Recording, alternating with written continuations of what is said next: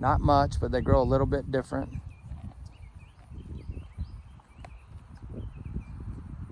And they're just different. You've got to be equipped to have mules. You can't just have horses your whole life and then just say, I'm gonna get a mule and I'm gonna use all my horse tack. A lot of people do that. Don't get me wrong, but the mule isn't appreciative of it, and the mule will react accordingly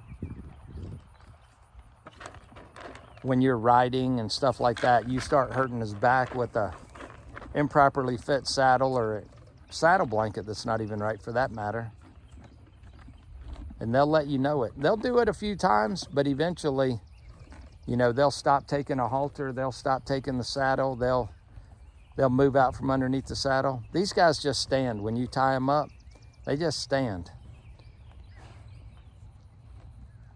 They're ready to go to work. They love to go to work. They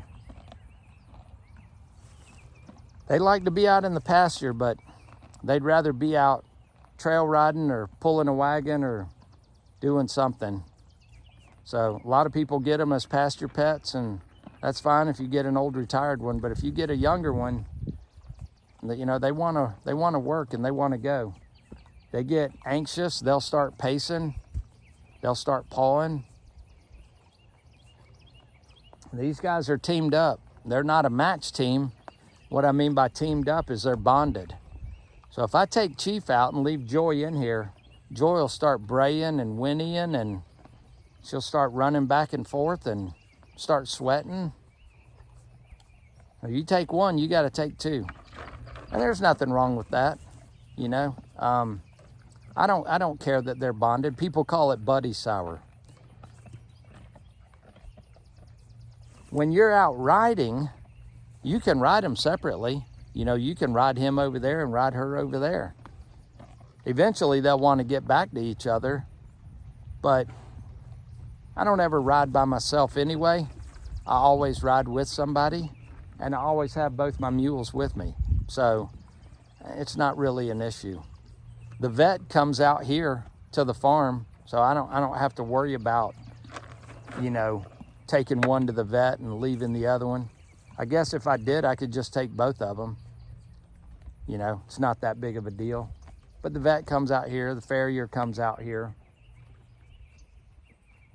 And the other thing is, you got to have a farrier that knows donkey hooves, mule hooves. They grow differently. They can concave on the back end, and they'll kind of grow. Instead of the sidewalls growing down on the back where it comes around, they'll start concaving in and growing like this, and they'll grow together, and they'll pinch that frog out on the bottom, and your frog will be pretty much non-existent. And you got to know how to trim those to keep that from happening. And when I got Chief, that's the way his hooves were. And just through proper trimming, you know, the farrier was able to correct it. Joy's hooves are a lot harder than Chief's. You know, sometimes you get a mule with hard hooves, and sometimes you get a mule with soft hooves. I want you to look at how shiny Chief's coat is.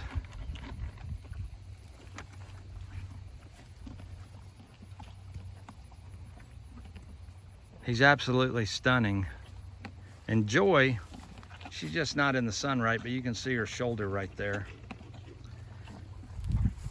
And they eat grass out here grazing. But when I feed them, I don't feed them grain. I don't feed them sweet feed and a lot of stuff with additives and a lot of stuff with vitamins and molasses and sugars and all that type of stuff. What I do is I feed them 100% pelletized Timothy grass, and I feed them root beet. And then I get California Trace vitamins from California, They ship them to you, and I add their vitamins to it. They don't have a mineral block out here. They have a salt block. With a mule, when you give them all of that sugar and all that molasses and all that sweet stuff, it's like giving a kid with ADD sugar. They get so hyper and so wound up. They have all this energy and they don't have any way to release it. So it's just not a good idea to give them all that stuff. They don't need it. Their donkey daddy is used to living in arid climates, and he processes almost 100% of what he eats, because he never knows when he's going to eat again out in that arid desert climate. So the mule gets that dietary requirement from their daddy, just like they get everything else from their daddy. They get everything from their daddy pretty much, except for the muscular structure that they get from the horse. These guys are a lot stronger than the horses, and they can go a lot longer in a working situation. They live longer, they can work longer. But what I was saying about all of that sugar and everything in their diet, if you're not going to work them and you give them all that sugar, they're just all hyped up. They don't know what to do with all that energy. And it's just not a good idea to just keep feeding them all that sugar and not working it out of them. Now, if you're going to go ride them or something, you can give them a little bit of feed, some rolled oats, you know, something that's going to give them some energy to get them through the day. But you really don't want to give them all that sugar. It's just not good for them.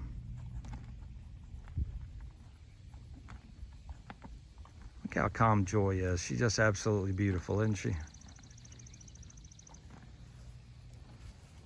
And Chief's coat is just unreal.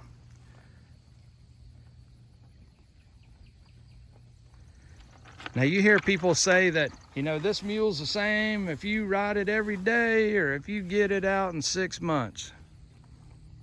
Chief is that mule. He just doesn't care. Nothing bothers him, nothing phases him.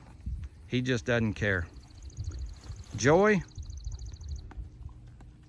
she kind of little jumpy. You put something on her that she hadn't had on her in a little bit, she'll kind of jump for a second, but she's fine. Just takes a little bit of getting used to it. So that's just a little bit of mule talk for you. I enjoy them thoroughly. They're great therapy for me. They're great companions. And they're a blast to have around the farm. I'll be adding more soon. I want to get a driving team so I can have a wagon,